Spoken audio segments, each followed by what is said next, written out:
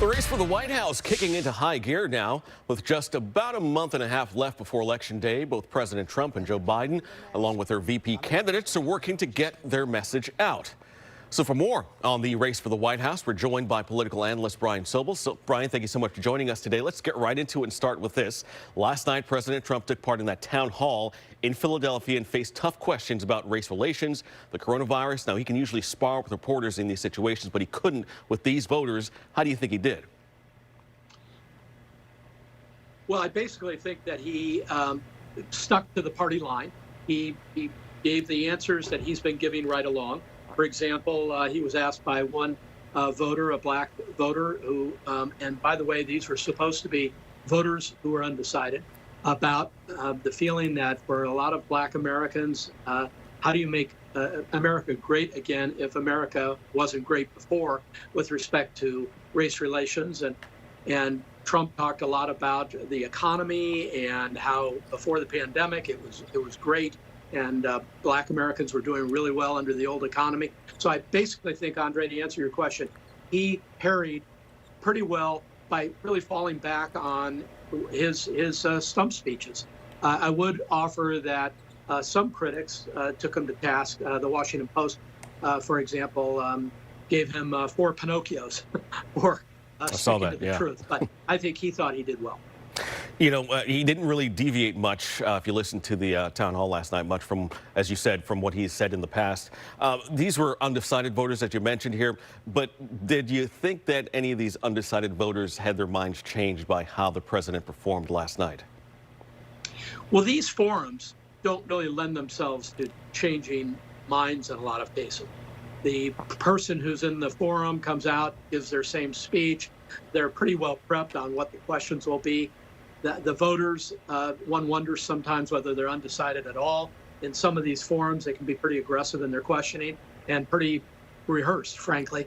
But the answer to the question is not these individual voters who were in that audience last night, but maybe people who were watching had their minds changed. And if you think about it, Andre, this is in a state, Pennsylvania, that Trump won in 2016 by 46,000 votes out of 6 million votes cast, or less than 1%.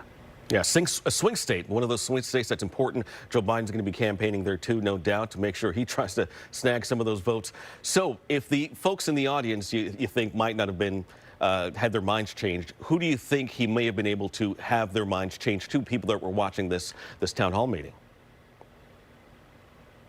Well, I can tell you he probably thought that he was changing the minds of the voters, and there aren't many anymore, Andre, in the middle, who are trying to decide whether they're going to vote for the incumbent president or for the challenger. And the challenger is trying to make his case be known to the American public, and in the last few days is really out there a lot, doing a lot of campaigning. But at the end of the day, the president is going to continue to appear everywhere. His energy level in 2020 is the same as 2016. He's indefatigable. He's everywhere, and that will count for some people. You mentioned the black man who had a question for President Trump about making America great, and why does he think America had ever been great for African Americans?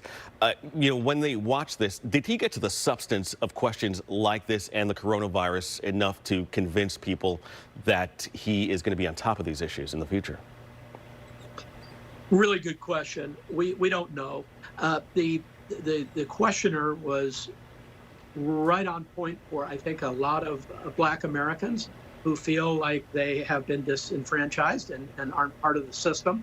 I think Trump obviously went back to the economic argument, which he does frequently. I think he skirted whether we've made any real progress in race relations. That'll touch some people in the right way, talking about the economy and that sort of thing, and others will just say, hey, more of the same. And by the way, that black questioner said that this was a situation that had gone back through Obama, Bush, and Clinton. So it's not something new to that voter. Yeah, this is not a new issue. It's gone through many presidencies without being addressed fully to the extent or comfort of some people around the country. All right, Brian Sobel, a political analyst, thank you for your insight today. Absolutely.